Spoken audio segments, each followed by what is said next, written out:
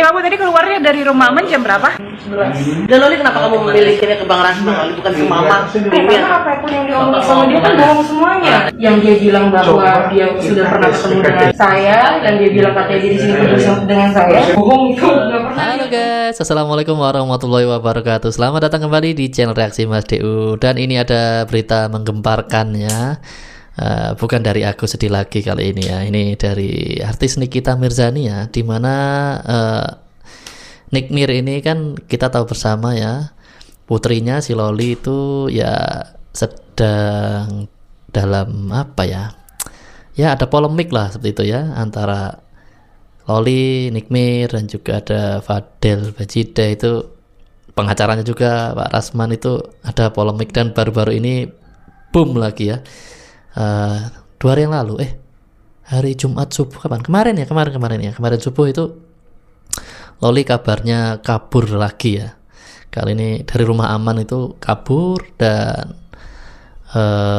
itu terjadi hal yang menghebohkan ya, dimana Nick Mir langsung melabrak dan terjadilah keributan ya gitu ya, dengan pengacara dari Fadel yaitu Pak Rasman Nasution, sampai ya intinya ada sedikit inilah ya, sedikit luka ya dari Pak Rasman ya. Jadi katanya ada penganiayaan, dan ya kita lihat aja ya penjelasannya dari pihak dua belah pihak ya, 3 ya, 1 dari kepolisian ya, supaya lengkap.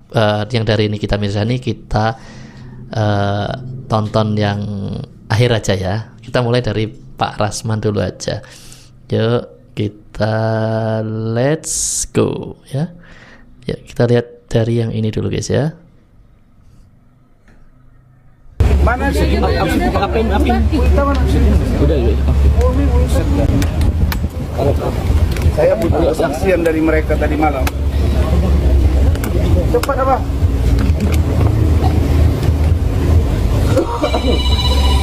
Cepat. Baik. Ini ya. Oke. Assalamualaikum warahmatullahi wabarakatuh. Waalaikumsalam. Hamdan wa syukurillah, salatan wa salaman ala rasulillah. Selamat siang teman-teman semua media cetak dan elektronik yang saya cintai, yang saya banggakan. Pertama, kedatangan saya siang hari ini adalah dalam rangka memenuhi janji dan memperoleh hasil yang akan disampaikan oleh 4 lembaga pemerintah, yaitu Kemen PPA, KPAI, kemudian unit PPA Polres Jakarta Selatan, dan UPT PPA, terkait dengan posisi Laura Mirzani Azizroli, apakah masih akan ditempatkan di safe house atau tidak. Dan itu adalah janji Ibu Kanit, kemudian Ibu PPA kepada saya tadi pagi sekitar pukul 6.00. Jadi saya memang harus pulang karena saya belum tidur tadi malam sampai jam 6, dan saya tidak terbiasa begadang dan istri, dan ada kerjaan yang harus dibereskan juga. Oke, lanjut ke part 2 ya. Siang datang lagi, dan Loli lebih daripada 1 jam dibujuk supaya mau ya. Jadi di dalam ruangan Ibu Kanit itu 1 jam lebih. Di luar itu juga di ruang konseling. Jadi kami itu ngurusi Loli itu berjam-jam, dan Loli tidak mau melepaskan tangannya dari tangan istri saya, Bu Adi. Dia pegang begini. Kenapa? Karena dia mengatakan trauma dengan safe house sekarang. Ini perlu dikritisi. Trauma karena kenapa tuh Bang? Kenapa? Karena dia mengatakan dia bergabung dengan ODGJ, dia bergabung dengan pengidap HIV, bahkan Open BO. Itu dia sampaikan. Dan tidak sekalipun Nikita Mirzani menemui dia. Jadi kalau ada cerita di sini mengatakan bahwa Nikita sudah bertemu dia, bohong. Bohong. Dan saya tanya, apakah kamu yang tidak mau bertemu atau Nikita? Saya sebut nama aja. Dia bilang, sebenarnya saya pun Om menunggu dia. 1 bulan pertama, 2 bulan pertama, 3 bulan pertama, ternyata tidak pernah datang. Termasuk pengacaranya pun tidak pernah mendampingi saya dalam pemeriksaan. Dan itu dibenarkan oleh PPA di safe house itu. Pertanyaan seriusnya adalah, Oke, lanjut part 3 ya. kalau ada anak manusia yang dia sudah minta-minta tolong, menangis, dan kemudian kalau tidak saya bantu biar saya mati saja, kira-kira kalian harus melakukan apa? Kucing saja di depan mobil kita mau ditabrak, kita pinggirkan. Hewan saja yang sudah mau dianiaya ada berkasus dengan hukum, apalagi manusia, Pak. Dan saya bukan orang bodoh. Saya punya tim. Istri saya itu bukan saja sebagai istri berperan, tapi dia juga berperan sebagai pemberi masukan yang konstruktif kepada saya. Saya hubungi Saudara Rahmat karena sudah pukul 11:30 malam. Saya dihubungi oleh Loli. Rahmat sudah tidur. Saya hubungi Kementerian PPA, Pak Deputi Bidang Perlindungan Anak, Bapak Nahar. Lebih dari 7 kali tidak diangkat masuk, tapi mungkin sudah tidur. Saya hubungi lagi yang lain, Ibu Nurma, juga tidak diangkat. Pertanyaan seriusnya, saya biarkan anak ini terlantar atau dia akan bunuh diri, atau saya selamatkan? Dan dia bilang tidak pegang duit 1 rupiah pun, dan dia belum makan.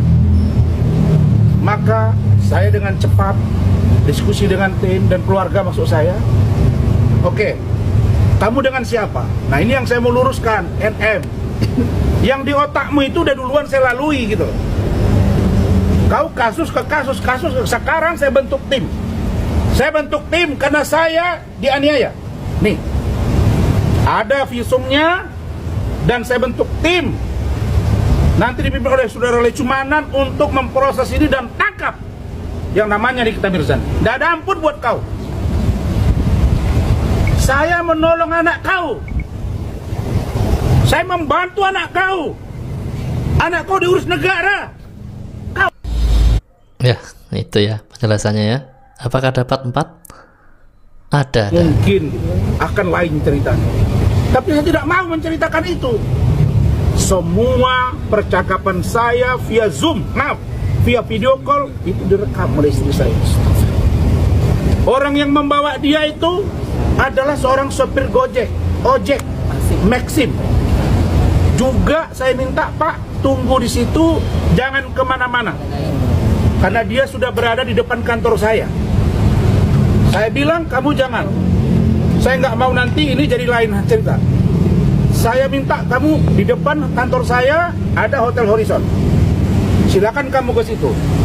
Karena di situ ada lobi, ada manusia, dan ada CCTV. Oke Om, saya tunggu. Bagaimana dengan Gojeknya? Jangan Bapak pergi, nanti saya ganti duitnya. Kami datang, ini ada Bu Ida, Bu Ita ini Bu Umi, ya Bu Umi ya.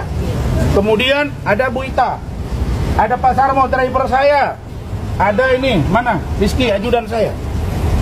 Kita pergi. Begitu sampai, dia berdiri di depan, Dengan keadaan kusut, saya suruh masuk ke dalam. Dan orang hotel tahu kalau itu adalah Loli. Masuk di dalam, saya duduk, kita siapkan minuman, kita ngobrol. Semua kita rekam. Dia menangis dan tidak ada pilihan, selamatkan saya Om. Kenapa kamu cari saya? Saya yakin Om bisa bantu saya. Tanya dia. Terus, kenapa kamu tahu kantor saya?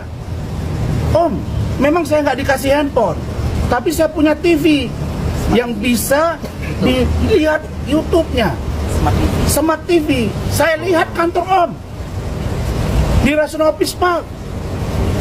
Saya 3 bulan ada di safe house, kemudian 2 bulan terakhir ini di tempat yang lain. Migran saya kumat, saya udah panik, saya depresi, saya lari. Saya mungkin akan lain cerita. Ya, apakah dapat 5? Ada guys. Di situ, di situ pelang nama Om di depan kantor itu. Oh iya benar juga, banner. Terus ya udah saya minta tolong sama bapak ini. Nah saya bilang, Bapak, betul Bapak bawa dia? Betul Pak. Mana nama Bapak? Ini KTP-nya, ada. KTP-nya sudah kita foto, Bapak itu sudah kita video, dan siap bersaksi bahwa dia memang membawa Loli ke kantor saya.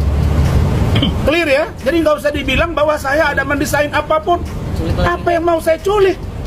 Kau nggak usah muterbalikkan fakta. Hah?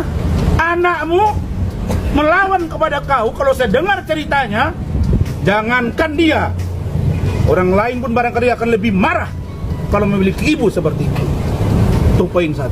Poin yang kedua, saya kemarin dari sidang pengadilan Jakarta Utara, saya pergi ke tempat Alfilim almarhum.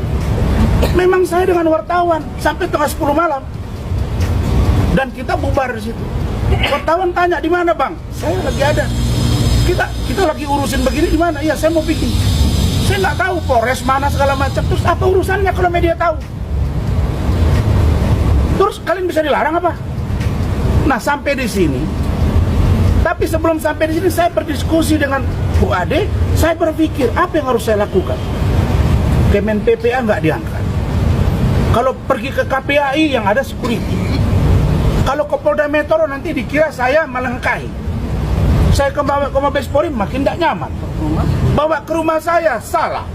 Simpan di kantor saya salah. Saya tahu dia masih di bawah umur. Tapi ingat, umur dia tinggal 4 bulan lagi.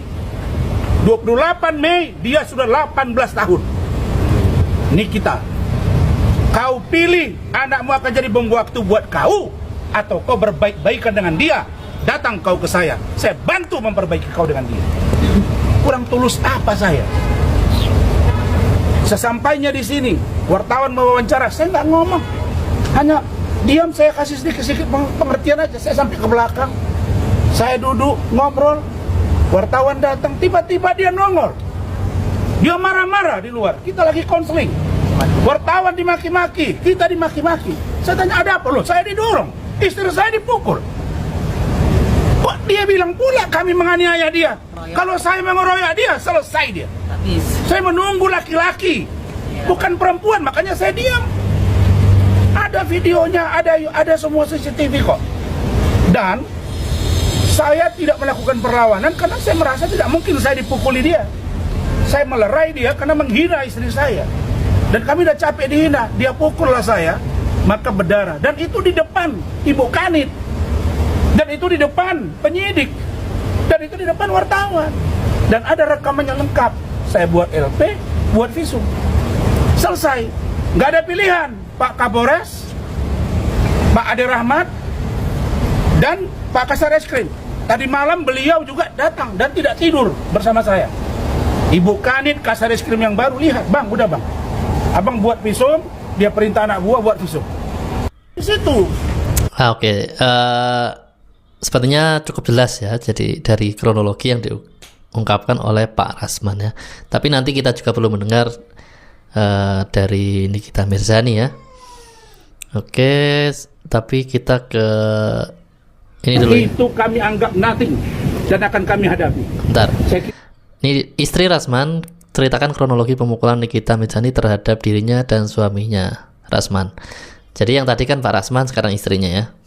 Itu bagaimana curhatan seorang Loli biar disampaikan istri saya Ibu Ade Suryani.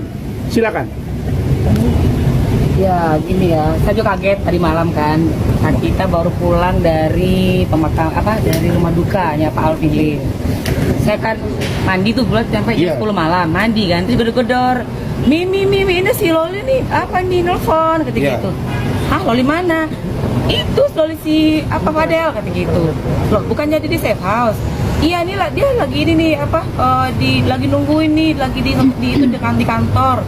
Saya bilang sama Rasman, itu bener nggak Loli? Nanti kita ditipu atau ada yang aneh-aneh, aku bilang gitu. Terus coba deh cek video call lagi.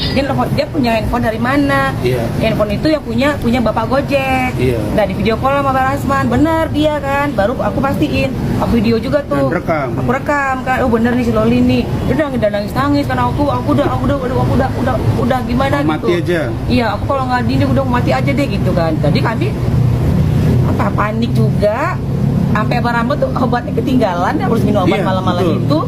Jadi kita langsung pergi gitu loh. Ini juga semua baru datang biar kiri. Kita tahu siapa ibunya kan. Ya gimana kan, bahkan kami buat rame-rame taksi kan. Nah kami datangin tuh si Loli di kantor. Kami tanya lah semua di situ. Di Hotel Horizon. Itu disaksi banyak orang. Dan saya kaget, saya lucu aja bilang ada ARP, katanya kita penculikan gimana anaknya di sini.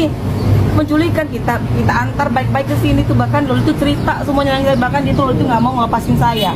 Dan tuh gini, gua kenceng banget tanya ibu, bukannya di kamar mandi dia ikut. Loli kamu tenang aja, kalau nggak saya nggak mau sama tante saya ikut.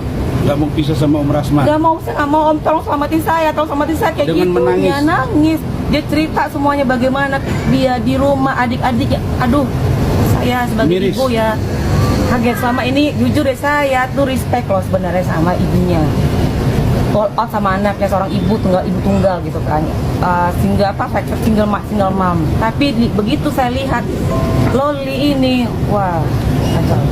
Bener deh, saya juga seorang ibu ya, waduh kok begini. Nah kami di ruang konsul kan, sambil nih cari solusi ini gimana nih. Loli nggak mau lepas, Loli nggak mau ditinggal sama kita mau serahin ke sini kan. Udah kamu di sini aman ini, enggak mau kita cari solusi.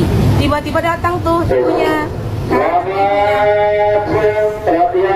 Ditujukan kepada tanggal CNM kesini kan, marah-marah, nunjuk ke ini nih siapa saya nggak tahu. Begitu keributan lah di luar kan, ada apa ini? Keluarlah Bang Rasman kan dengan itikat baik, maksudnya gini, meredam gitu loh. Maksudnya Bang Rasman ini ada apa sih? Ayo ngobrol baik-baik gitu loh. Ada apa ini? Bang Rasman ini pengen menyatukan nih anak dengan ibunya tadinya loh. Ini nggak, kita buat apa sih? Nggak ada untungnya dari sini gitu loh. Udah gitu tahu dia gini. Dia gini dengan balon yang gede dibawanya itu kayak balon ya, katanya gede. Dia gini deket-deket yang gini gitu kan. Ini ada apa kayak menyerang-nyerang tuh, saya tutupin dong gini kan. Dia napas gitu ke muka Pak Rasman. Dan tutupin gini. Ada apa ini? Kok gitu? Waktu dipukul ketok kepala gua. Hah? Shock dong aku kan. Loh, kok kepala aku dipukul gitu? Ada apa gitu kan? Terus aku diam dia, aku bilang sama saksi sama ibu itu loh, ada ibu kanit di dalam tuh rame orang banyak. Bu, kok aku dipukul? Ya Allah Bu, ibu tuh ibu kanit apa yang dalam itu kasihan sama aku. Kasihan ya kok jadi aku kena imbas gitu kan, kok jadi aku dipukul kan, kita nyelamatin anaknya, bilang gitu kan. Jam 12 malam, saat jam 1 malam, pokoknya kami tuh aduh nggak tahu, capek sekali. Bukannya nanya baik-baik gitu kan, ada apa ini, nggak langsung getik-getak kepalaku pak gitu kan, kaget bawa sampai apa ini gitu. Terus udah kita redam nih, aku masih nahan diri kan, redam di dalam. Bang Salman keluar, habis toilet ya, duduklah di situ. Maksudnya pengen lagi nih, pengen lagi baik-baik, ngomong baik-baik. Ini gimana nih? Oh dia kayaknya apa ya, kayak besar kepala, kayak apa? Gimana? Perempuan sama laki-laki, ya laki-laki mesti ngalah dong kan. Kecuali perempuan sama perempuan, laki sama laki-laki. Terus saya keluar kan, misalnya saya bilang, kamu kenapa pukul saya? Saya bilang sama si NM, lo kenapa pukul gue gitu kan? Kenapa tabok kepala gue?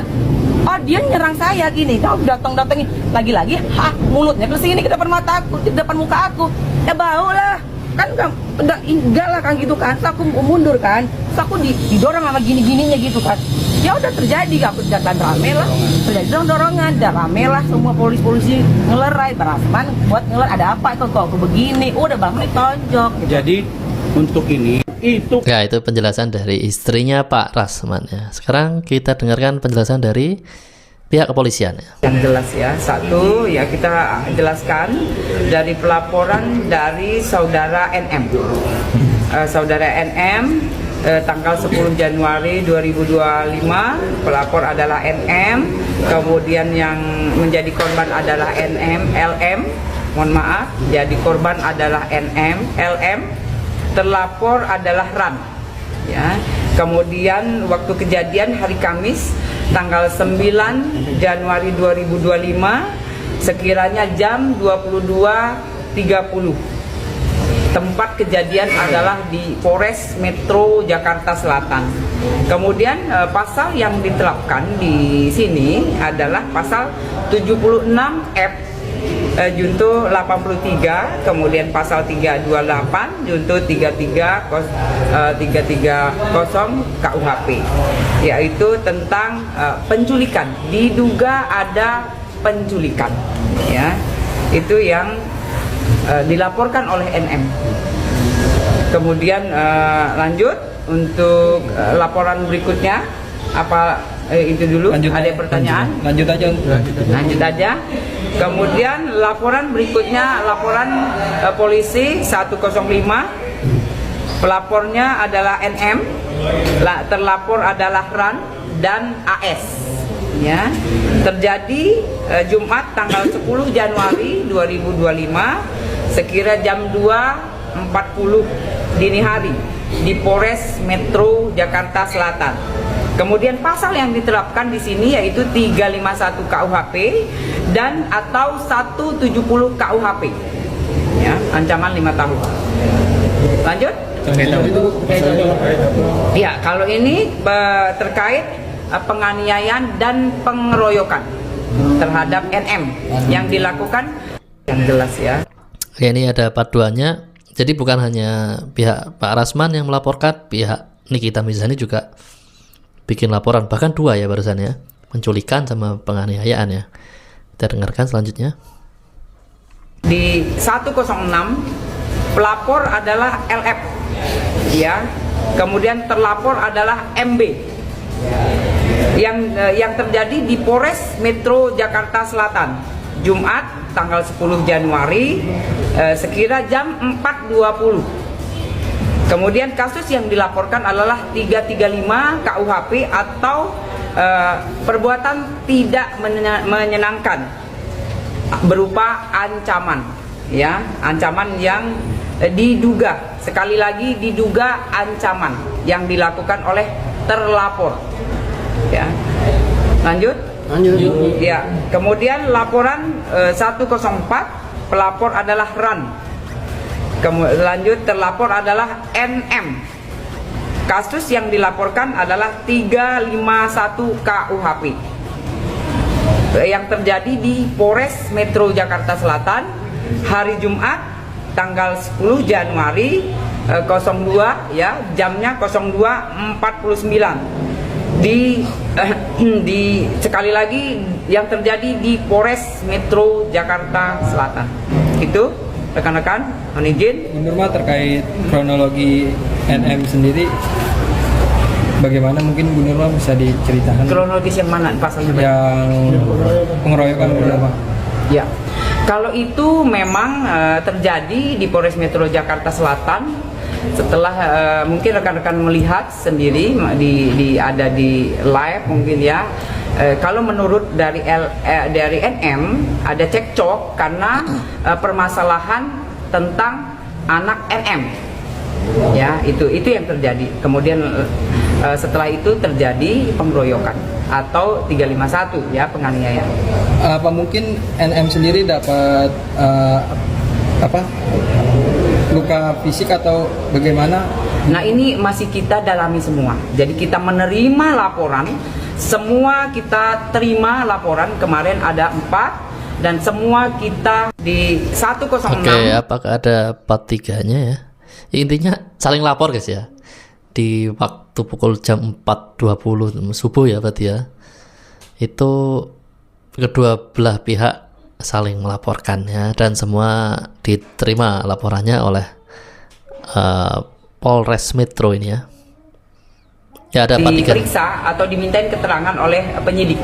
Kondisinya mungkin Bu Nur? Kondisinya sehat, stabil, baik. Ya, pertanyaan yang dilontarkan atau diberikan dijawab dengan baik. Ibu, dengan adanya masalah seperti ini artinya semakin memperpanjang lagi nggak sih Bu? Ya, kalau permasalahan yang sudah dilaporkan ke Polres Metro Jakarta Selatan pasti ditindaklanjuti. Ya. LM sendiri nanti akan dibawa kembali ke rumah aman atau ada opsi lain?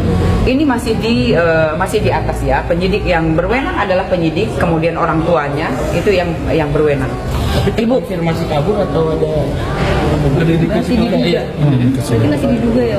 Masih diduga, jadi masih didalami oleh penyidik. LM masih di atas, masih dimintain keterangan. Mengapa, kenapa terjadi kejadian yang semalam, tentunya rekan-rekan yang melihat. Tapi Bu, sebenarnya rumah aman itu seperti apa sih Bu pengawasannya?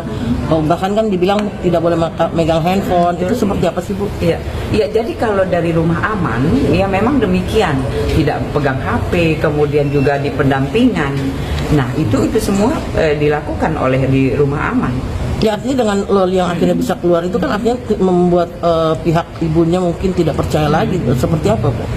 Ya, jadi keterangan-keterangan ini masih digali. Ya, penyidik masih menggali dan minta keterangan dari LM. Ya. Bu, apakah ada kemungkinan ada orang ketiga Bu? Ketika akan meninggalkan server? Masih kita dalami. Oleh karena itu LM masih di atas. Masih kita mintain keterangan ya dari penyidik tentu. Tapi Bu, dari pelaporan siapa Bu? Apakah ada bukti visum atau apa katanya? Masih di visum. Ya, jadi setelah laporan pasti ada visum, karena memang visum adalah menunjukkan fakta bahwa adanya penganiayaan tentunya. Ibu dari pihak P3A-nya sendiri sempat mendatangi atau melihat kondisi Loli nggak sih di saat dia? Sekarang masih didampingi oleh sekarang sudah ada P3A ada, kemudian semua sudah diundang oleh penyidik untuk semua duduk bareng nanti hari ini.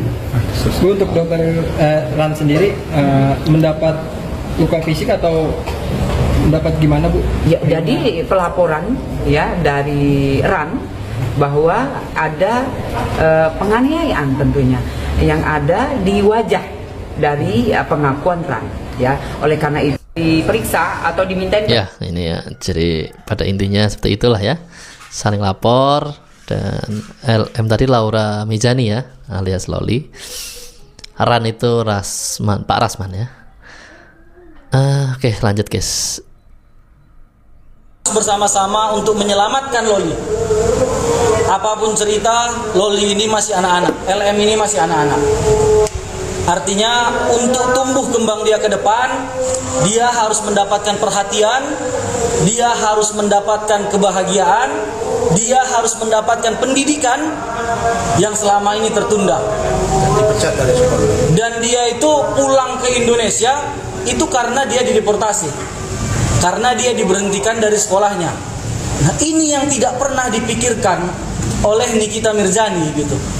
Bagaimana masa depan LM dengan kondisi yang begini? Masih saja dia menyebarkan fitnah tentang LM, masih saja dia memaksa LM supaya berada di safe house, tidak mencari solusi. Padahal saya melihat dan teman-teman tim hukum semua melihat, ini adalah hal sederhana untuk menyelesaikannya. LM hanya perlu datang ke tempat Pak Rasman, menyampaikan kondisinya dan bercerita dan meminta maaf gitu, dan meminta maaf kepada Loli sendiri gitu. Saya pikir ini bisa diselesaikan.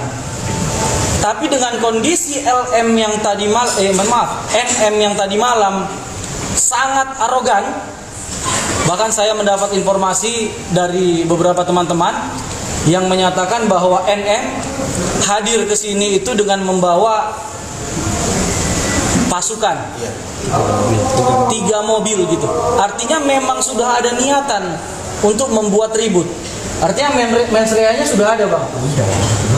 Dan kami meyakini ini memang disengaja untuk memancing Pak Rasman, gitu loh. Dia mengetahui bahwa Pak Rasman ini selama ini memang dikenal sebagai sosok yang tegas. Mohon maaf Pak, saya sampaikan agak sedikit temperamen, walaupun bersama-sama untuk menyelamatkan Loli. Oh ya udah. Apa? Jadi makin berkelanjutan guys ya. Oke, kita patut dengarkan dari sisi yang lain tentunya ya. Jadi kamu tadi keluarnya dari rumah Ini sebelum ke Nikita Mirzani, ini ada sedikit bocoran video ya. Pada saat dini hari itu ya, kaburnya Loli. Aman jam berapa? 11. Dan Loli kenapa kamu memilikinya ke Bang Rasman, Loli, bukan ke Mama? Karena apapun yang diomongin sama dia kan bohong semuanya. Yang dia bilang bahwa dia sudah pernah ketemu dengan saya, dan dia bilang katanya dia di sini ketemu dengan saya, bohong itu, nggak pernah dia ketemu. Jadi kamu tadi keluarnya dari rumah Aman jam berapa? 11. Dan Loli kenapa kamu memilikinya ke Bang Rasman, Loli, bukan ke Mama? Karena apapun yang diomongin sama dia kan bohong semuanya. Yang dia bilang bahwa dia sudah pernah ketemu dengan saya, dan dia bilang katanya dia di sini ketemu dengan saya, bohong itu, nggak pernah dia ketemu. Jadi kamu Ya, itu ya pernyataan dari Loli ya. Sekarang dari Nikita Mirzani ya, kita perlu dengarkan ya. Dulu kan semua udah disusun dengan rapi. Jadi jangan tanya gua nggak tahu apa-apa.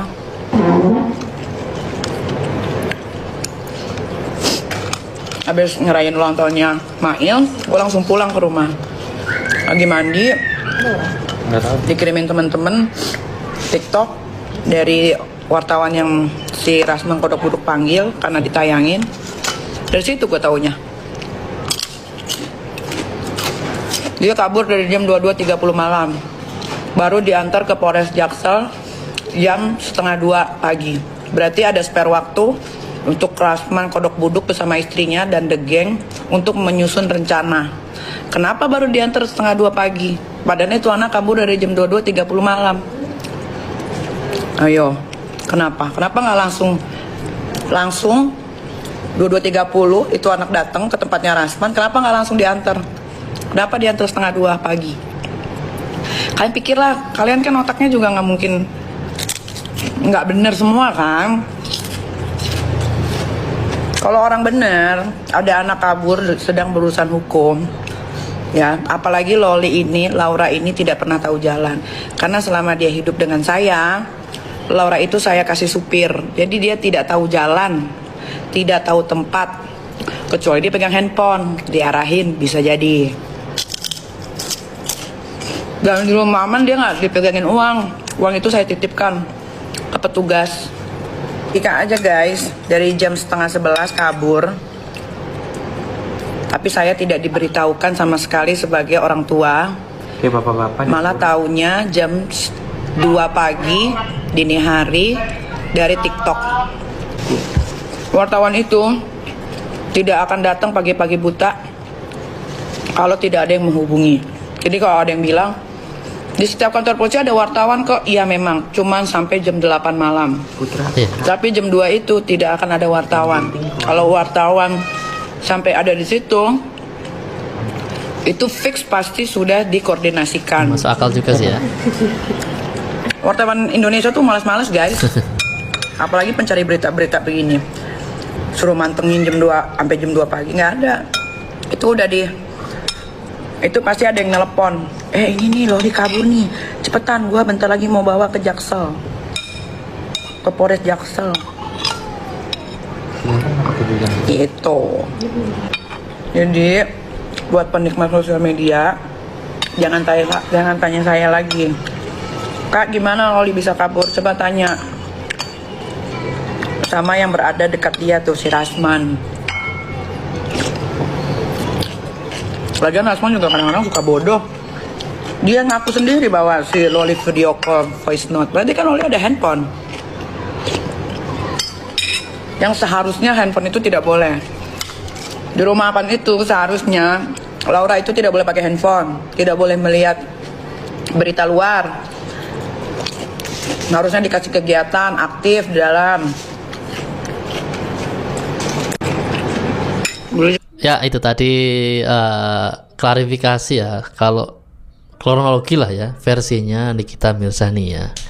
ada hal-hal yang menarik dan perlu kita garis bawahi ya, cukup masuk akal juga ya sebenarnya. Seperti jeda dibawa ke kantor polisi itu cukup panjang ya, terus ada wartawan yang nongkrongin di Polres tuh sampai jam 2 pagi dan lain sebagainya ya, perlu ini juga sih perlu dikaji ulang ya. Nanti juga polisi bakalan menyelidiki hal tersebut ya. Jadi semoga ini menjadi apa ya, perseteruan antara kedua belah pihak ini bisa segera selesai ya dengan baik ya, terutama antara Nikita Mirzani dan putrinya Laura Meizani ya.